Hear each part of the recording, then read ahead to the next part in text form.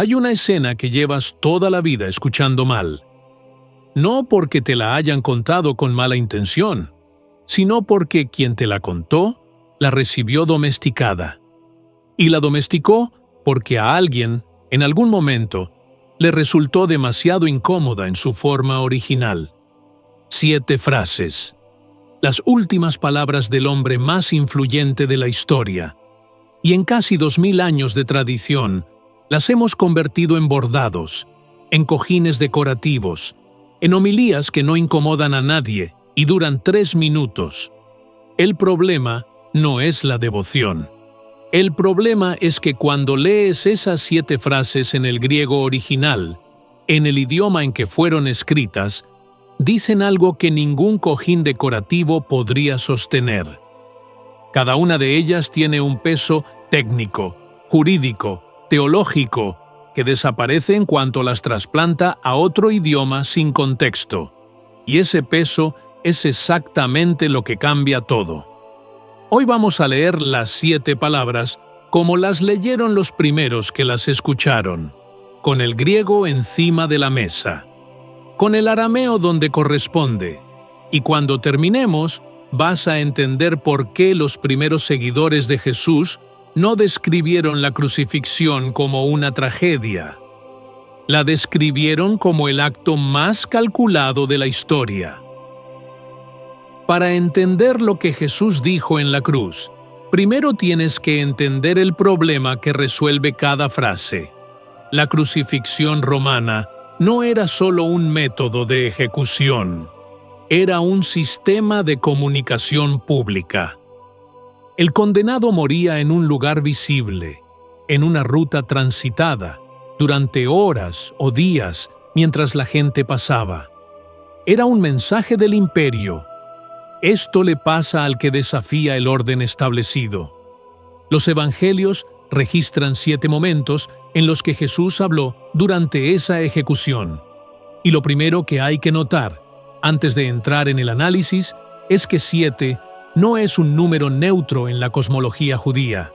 Es el número de la completitud. Génesis tiene 7 días. El candelabro del templo tiene 7 brazos. El Apocalipsis tiene 7 sellos, 7 trompetas, 7 copas. Los autores del Nuevo Testamento sabían lo que estaban haciendo cuando estructuraron el relato de esta manera. No estaban reportando 7 frases sueltas. Estaban diciendo, aquí hay algo completo. Aquí hay un cosmos que se está cerrando. Y cuando entras al griego, encuentras que no se equivocaban. Porque las 7 palabras, leídas en el idioma original, no son frases de consuelo, son actos. Cada una de ellas hace algo, y lo que hacen, en conjunto, tiene la estructura de un contrato que se está ejecutando en tiempo real. Vamos palabra por palabra. Primera palabra, Lucas 23.34. Pater, aphes autois, ugar oidasin tipiusin. Pater, aphes autoas, ugar oidasin tipoiusin. La traducción que conoces dice, Padre, perdónalos, porque no saben lo que hacen. Esa traducción no está mal, pero está incompleta. Y la parte que falta es la parte que cambia todo. El verbo que aquí se traduce como perdonar es aphiemi, conjugado como aphes, imperativo aoristo. Es el mismo verbo del Padre Nuestro, aphes gemintá o feilemata gemón, perdona nuestras deudas. Pero el campo semántico de aphiemi es más ancho que perdonar, en el sentido afectivo moderno. Aphiemi significa soltar, liberar, dejar ir. En contexto legal, y el contexto de la crucifixión es profundamente legal, significa cancelar una deuda, borrar un registro, emitir un documento de remisión. En el derecho romano y en la tradición jurídica judía, una deuda no desaparecía porque el acreedor sintiera algo distinto hacia el deudor. Desaparecía porque había un acto formal, una declaración, un documento firmado. Cuando Jesús dice, aphes autois, suéltalos, no está pidiendo que Dios sienta algo distinto hacia los que lo están crucificando. está emitiendo un documento de cancelación en el momento exacto en que la deuda se está contrayendo, no después. No cuando el dolor haya bajado, no cuando esté listo. Ahora, con los clavos en su lugar. Eso no es misericordia sentimental. Es un acto jurídico pronunciado mientras el proceso de ejecución está en curso. Y si alguna vez te preguntaste por qué el perdón en la tradición cristiana se presenta como algo exigente y no como algo bonito, aquí está la respuesta. Porque el modelo original no esperó a que fuera el momento adecuado. Canceló la deuda mientras la herida seguía abierta. La segunda parte de la frase añade otra capa, ougar oidasin tipoiousin, porque no saben lo que hacen. El verbo oidasin viene de oida, que en griego se distingue de ginosko. Ambos significan saber, pero oida se refiere a comprensión profunda, no a conocimiento de hechos. Lo que Jesús dice no es no conocen los datos de lo que hacen. Dice, no comprenden el alcance de lo que están haciendo. La cancelación de la deuda no es una excusa basada en ignorancia táctica. Es una declaración sobre la naturaleza del acto.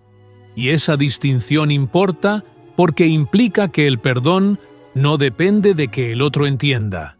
Se pronuncia independientemente.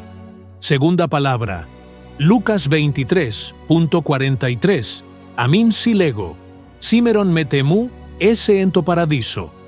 Amen soy lego, semeron met emou, ese ento paradeiso. De cierto te digo que hoy estarás conmigo en el paraíso. Aquí hay 3 problemas de traducción en una sola frase. El primero es amén.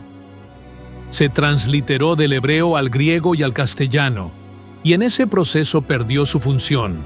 Amén no es un marcador de devoción, es un marcador de certeza jurídica. Cuando un maestro judío decía Amén lego himin, estaba invocando una fórmula de declaración solemne. Era equivalente a lo que sigue es pronunciamiento, no opinión. El segundo problema es la coma. En el griego original no hay signos de puntuación. La frase puede leerse como «Hoy te digo que estarás conmigo en el paraíso», desplazando el énfasis al acto de habla, o como la lectura tradicional «Hoy estarás conmigo en el paraíso». Este debate ha ocupado siglos de exégesis sin consenso definitivo. Lo que no se discute es la certeza. ¿Solo cuándo? El tercer problema, el más interesante, es paradeiso. El griego tomó esta palabra del persa antiguo pairidaeza. Significa literalmente un jardín cerrado, un recinto amurallado de lujo. En la tradición persa designaba los jardines reales, espacios reservados para los favoritos del rey. En la Septuaginta, la traducción griega del Antiguo Testamento, esta palabra se usó para describir el jardín del Edén en Génesis 2. El hombre al que Jesús le dice, esto no tiene nada, no tiene tiempo, no tiene reparación posible. Está muriendo en una cruz por crímenes que cometió. No hay liturgia que pueda cumplir. No hay méritos que presentar. No tiene absolutamente nada con qué negociar. Y en ese punto exacto, en ese momento de 0 recursos, se le abre el jardín que estaba cerrado desde Génesis. La promesa no es abstracta. No es irás a algún lugar bueno. Es una imagen espacial y precisa. El lugar del que la humanidad fue expulsada vuelve a estar disponible. Y la condición de acceso no es ritual, no es acumulación de méritos, no es pertenecer a la tribu correcta. Es una conversación en el peor momento de una vida. Tercera palabra, Juan 19, 26-27, Ginae. Ide oiosu. De imitirsu. Ginai. Ide ho huyos sou. Ide he meter sou. Mujer, ahí está tu hijo. Ahí está tu madre. La más breve de las 7 palabras. Y la más frecuentemente subestimada. El primer detalle que el griego ilumina es el vocativo ginai, mujer. No es frialdad ni distancia. En el griego de la época era una forma de dirigirse a una mujer con respeto. Pero en el Evangelio de Juan, Jesús usa exactamente esta misma forma en un único momento anterior. La boda de Caná, en Juan 2.4. Juan, que escribe con atención cuidadosa a los patrones internos de su relato, está construyendo un eco deliberado. En Caná, Jesús está al inicio. Aquí, en la cruz, está al final. El mismo término abre y cierra el arco. El segundo detalle es ide, mira, o ahí está. Es el imperativo del verbo orao, que en Juan tiene gradaciones específicas. Hay ver con los ojos físicos y hay ver con comprensión. El imperativo ide aquí no es solo dirige la vista, es reconoce, entiende lo que está pasando. El tercer detalle es el acto en sí. En el mundo del primer siglo, la viudez sin hijos adultos era una situación de vulnerabilidad económica real. Al morir Jesús, el hijo mayor, responsable del cuidado de su madre, María quedaba en una posición frágil. Lo que Jesús hace desde la cruz es un acto legal de transferencia de responsabilidad. Nombra un nuevo guardián, ante testigos. Juan añade, y desde aquella hora el discípulo la recibió en su propia casa. Eis taidia, en lo suyo propio. No la visitó, no se preocupó por ella. La incorporó. Hay algo en ese detalle que no encaja con la imagen de una crucifixión como derrota. Un hombre que está siendo ejecutado públicamente, en el momento de máxima vulnerabilidad física, está ejecutando disposiciones legales sobre el futuro de las personas que dependen de él. No ha dejado de funcionar. Sigue haciendo lo que tiene que hacer, desde ahí. Si eso te resulta familiar, si conoces lo que es seguir sosteniendo a alguien desde un lugar donde no te quedan fuerzas, entonces sabes exactamente de qué habla este texto sin que nadie tenga que explicártelo. Si este tipo de análisis te interesa, tenemos una serie completa desarmando los textos que más se han domesticado. El enlace está en la descripción. Cuarta palabra, Mateo 27.46. Ili, Ili, lema sabachthani. Eli, Eli, lema sabachthana.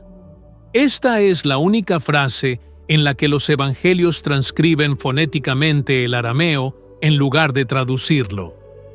Mateo preserva el sonido y luego traduce: Dios mío, ¿por qué me has abandonado? El hecho de que los evangelistas preservaran el arameo, la lengua que Jesús hablaba cotidianamente, en este momento específico y solo en este momento, no es accidental. Es una elección editorial deliberada. Están marcando este punto como diferente en naturaleza al resto. Y lo que Jesús cita es el inicio del Salmo 22. En la tradición judía del primer siglo, citar el incipit, el primer verso, de un salmo era una práctica de referencia. Era la manera de decir, este texto completo es el marco de interpretación. No se citaban versículos con número, porque no existían las referencias numéricas tal como las conocemos. Se citaba la primera línea, y quien escuchaba sabía qué texto completo estaba siendo invocado. El Salmo 22 comienza con ese grito: abandono, persecución, burla. Pero no termina ahí. Desde el versículo 22 en adelante, el Salmo gira hacia la declaración de confianza y la proclamación universal de la soberanía divina. Termina con leguión y griega, h doble, UH hammeluka, del Señor es el reino. Esto no resuelve el problema teológico que la frase plantea. El griego de Mateo usa ekkataleipo, un verbo que significa abandono real, no abandono percibido. La tradición cristiana ha debatido durante 2000 años si esto refleja una experiencia real de separación o si es una cita ritual que señala hacia la victoria. No hay respuesta que no implique compromisos teológicos importantes. Lo que sí puede decirse con precisión lingüística es esto. Cualquier oyente del primer siglo entrenado en los Salmos sabía que esa primera línea llevaba consigo todo el arco del poema. El abandono y la victoria son inseparables en el texto que Jesús eligió citar. No eligió un salmo de lamento sin resolución. Eligió el que empieza en el fondo y termina en la soberanía. Eso no hace que el grito sea menos real. Lo que hace es que el grito y la declaración final no son contradictorios. Son el mismo movimiento. La fe que no ha pasado por ese grito, por el momento en que Dios no responde y el silencio es absoluto, probablemente no ha llegado todavía al texto que Jesús citó desde ahí. Quinta palabra, Juan 19:28, dipso. Dipso, una sola palabra. Tengo sed. Si te quedas con la traducción, es la frase más simple de las 7. Si entras al contexto de Juan, es la más cargada. Juan 19:28 hace algo que los otros evangelios no hacen con la misma explicitez. Conecta esta declaración directamente con el cumplimiento de un texto. Sabiendo Jesús que ya todo estaba consumado, para que la Escritura se cumpliese, dijo: Tengo sed. El candidato más fuerte es el Salmo 69.21. En mi sed me dieron a beber vinagre. Y también el Salmo 22.15. Mi garganta está seca como una teja de arcilla. Pero hay algo más que el contexto literario. Dipso es la primera frase de las 7 en la que Jesús habla sobre su propio estado físico. Las anteriores son declaraciones hacia afuera, hacia Dios, hacia otro condenado, hacia su madre, hacia su discípulo, hacia el silencio. Esta es la única que nombra lo que está pasando en el cuerpo. Y en el Evangelio de Juan, esto tiene un peso particular, porque es el mismo Jesús que en Juan 4:14 le dijo a la mujer samaritana que quien bebiera del agua que él daba, nunca más tendría sed. El mismo que en Juan 7:37 gritó en el templo: Si alguno tiene sed, venga a mí y beba. El que declaró ser fuente de agua viva llega a la sed física, biológica, irreducible. Para Juan, eso no es una contradicción, es la lógica de la encarnación llevada hasta sus consecuencias finales. Si el cuerpo de Jesús ha de ser completamente humano, tiene que llegar a la sed. No puede ser un cuerpo que muere sin necesitar. Y sin embargo, Juan quiere que el lector tenga ambas imágenes al mismo tiempo: la sed proclamada desde el templo y la sed pronunciada desde la cruz. Hay un vacío que a veces no sabes nombrar. No es físico, aunque el cuerpo lo registre. Es la distancia entre lo que proclamaste y lo que estás viviendo, entre lo que creíste y lo que encontraste. Dipso. Juan dice que Jesús lo nombró, sin metáfora, sin eufemismo. Lo nombró. Sexta palabra, Juan 19:30. Tetelestai, tetelestai. Esta es probablemente la palabra más estudiada de las 7. Tetelestai es el perfecto pasivo indicativo del verbo teleo, completar, cumplir, llevar a su fin. El tiempo perfecto en griego indica una acción completada en el pasado cuyos efectos continúan en el presente. No es solo esto terminó, es esto terminó, y su terminación sigue siendo real ahora, y seguirá siéndolo. La traducción tradicional es consumado es. Eso captura el aspecto de completitud. Pero el campo de uso de teleo en el griego de la época tiene dimensiones que consumado en castellano no transmite. Primero, el uso litúrgico. En la Septuaginta, teleo se usa para describir el cumplimiento completo de un mandato divino. Cuando el ángel en el Apocalipsis dice tetelestai en 16.17, es el anuncio de que el plan ha llegado a su punto de culminación. Segundo, los arqueólogos han encontrado papiros de contratos comerciales del mundo grecorromano en los que la palabra tetelestai, o sus variantes, aparece sobre documentos de deuda saldada. La interpretación es debatida, y no todos los especialistas la sostienen con igual énfasis. Pero hay evidencia suficiente para decir que la palabra tenía uso en contextos de cancelación de obligaciones. Si eso es así, la sexta palabra no es solo el anuncio de que la misión terminó, es la emisión de un recibo. No, la deuda se está procesando. No, la deuda está en negociación. Pagada. El tiempo perfecto hace el trabajo teológico más pesado. Lo que se completó en ese momento sigue completado. Tetelestai no tiene fecha de vencimiento. Hay cosas en la vida que se quedan abiertas. Conversaciones que no terminaron bien. Etapas que nunca tuvieron cierre. Deudas, no solo económicas, que siguen generando intereses años después de que nadie recuerde el monto original. Tetelestai. El perfecto griego dice que hay algo que no sigue abierto. Si quieres ver cómo analizamos otros términos clave del Nuevo Testamento, deja en los comentarios cuál palabra bíblica te gustaría que destripemos la próxima vez. Séptima palabra. Lucas 23.46. Pater, escheirasu paratíceme to pneumamu. Pater, escheirasu paratítemai to pneuma mou. Padre, en tus manos encomiendo mi espíritu. De nuevo, una cita. El Salmo 31.5. Be yadeka afkid ruchi. En tus manos encomiendo mi espíritu. En el hebreo original del Salmo, el tiempo verbal es un imperfecto, una acción proyectada, una expresión de confianza. Cuando Jesús lo cita desde la cruz, el tiempo en griego es presente activo, paratitemai, una acción que se está ejecutando en este momento. El Salmo proyecta confianza. La cita desde la cruz es ejecución. Paratitemai es también un término con uso legal y comercial en el griego del primer siglo.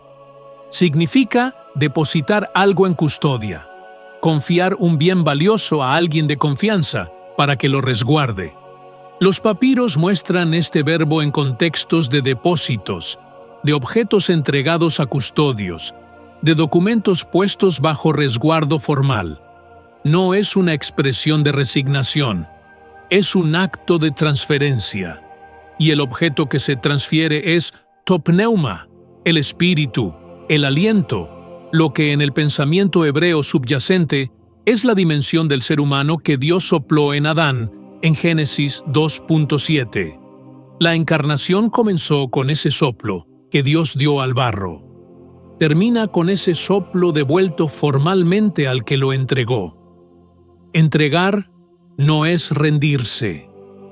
Es soltar cuando no tienes garantía de que lo que sueltas va a volver. Es hacer el depósito sin poder verificar el saldo después. Es el acto más exigente de los 7 y también el más silencioso. No hay argumento, no hay explicación, solo el depósito. Ahora bien, tienes 7 palabras, y si las miras en conjunto, no como frases de libro de oraciones, sino como un arco estructurado, aparece algo que las traducciones nunca te muestran junto. La primera cancela una deuda legal. La segunda abre un espacio cerrado desde Génesis. La tercera ejecuta un mandato de cuidado ante testigos. La cuarta cita un salmo cuyo arco va del abandono a la soberanía. La quinta nombra la humanidad radical del cuerpo que muere. La sexta declara la completitud de una obligación. La séptima deposita formalmente el ser en custodia. Si estos 7 actos fueran un contrato, tendrían todas las partes que un contrato necesita. Cancelación de deuda, apertura de acceso, mandato ejecutado, marco profético, experiencia encarnada, declaración de cumplimiento, cierre formal. La pregunta que la exégesis no puede responder y que cada lector tiene que hacerse por su cuenta es si ese patrón es una construcción narrativa posterior de los evangelistas que conocían los textos del Antiguo Testamento y quisieron mostrar que la vida de Jesús los cumplía, o si el patrón estaba en los hechos mismos y los evangelistas simplemente lo registraron. Esa pregunta no tiene respuesta técnica, pero vale la pena que entiendas lo que estás respondiendo cuando decides de qué lado estás. Hay algo que ninguna de las tradiciones que rodean la Semana Santa te dice directamente.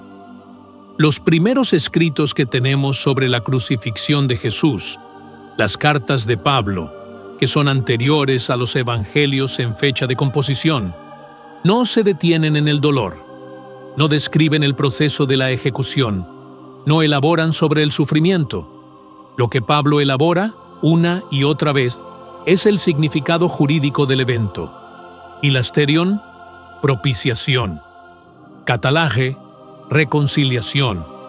Apolutrosis, redención, que viene del lutrón, el precio que se paga para liberar a un esclavo. El vocabulario más antiguo que tenemos para describir lo que pasó en esa cruz no es vocabulario de tragedia, es vocabulario de contratos, de deudas, de cancelaciones, de transferencias legales.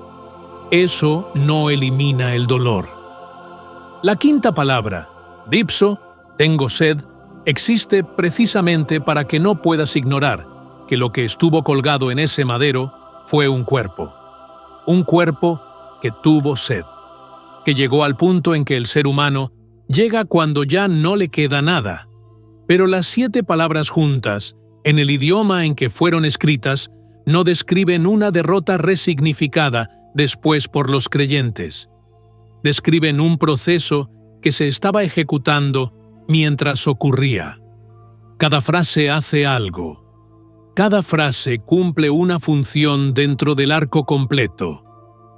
La pregunta que el texto griego te deja sobre la mesa no es ¿puedes sentir suficiente gratitud?